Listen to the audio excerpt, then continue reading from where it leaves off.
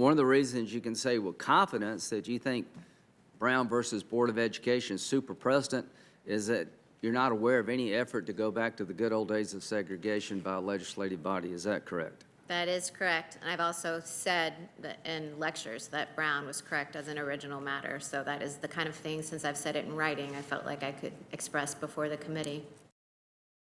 If anybody was listening to who I am and what I said, you know that it was with deep sarcasm that I suggested that some legislative body would want to yearn for the good old days of segregationism.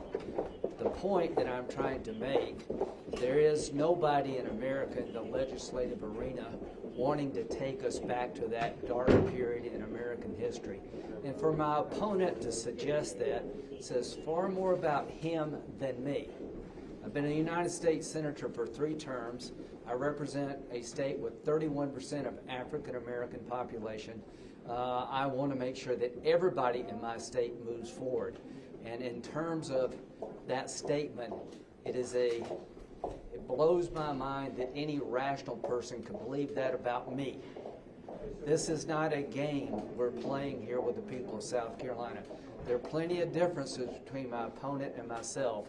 Manufacturing a scenario that Lindsey Graham wants to go back to the days of segregation is not worthy of the times in which we live. It is not worthy of an assault on me. We have plenty of differences with Mr. Harrison. I want to assure the people of South Carolina that statement was made with dripping sarcasm. One thing, there's news today that the Justice Department is not going to put out a report on unmasking. Have they been told you that? And no, what's your reaction I saw that. I want to follow up, and if they've completed their report, I'd like to know what it is. I mean, does it seem like everyone was talking about the president, how big of a scandal this was? No, if there's a report that there's no violations of the law, I'd like to know that, yeah. This feels like, I'm trying to go short, this feels like the anti-Kavanaugh. It feels like completely... Yeah, let me just say, other than the trolls on Twitter who are trying to create issues about taking a statement that was sarcastic and making something out of it, I will just say that I've been impressed with the hearing.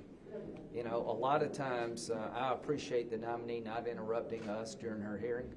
Most of this has been an exchange between each other. But the times that we've actually talked to her about what makes her tick as a judge, in terms of her reasoning and her philosophy, I can't think of one episode where someone prevented her from finishing her thought.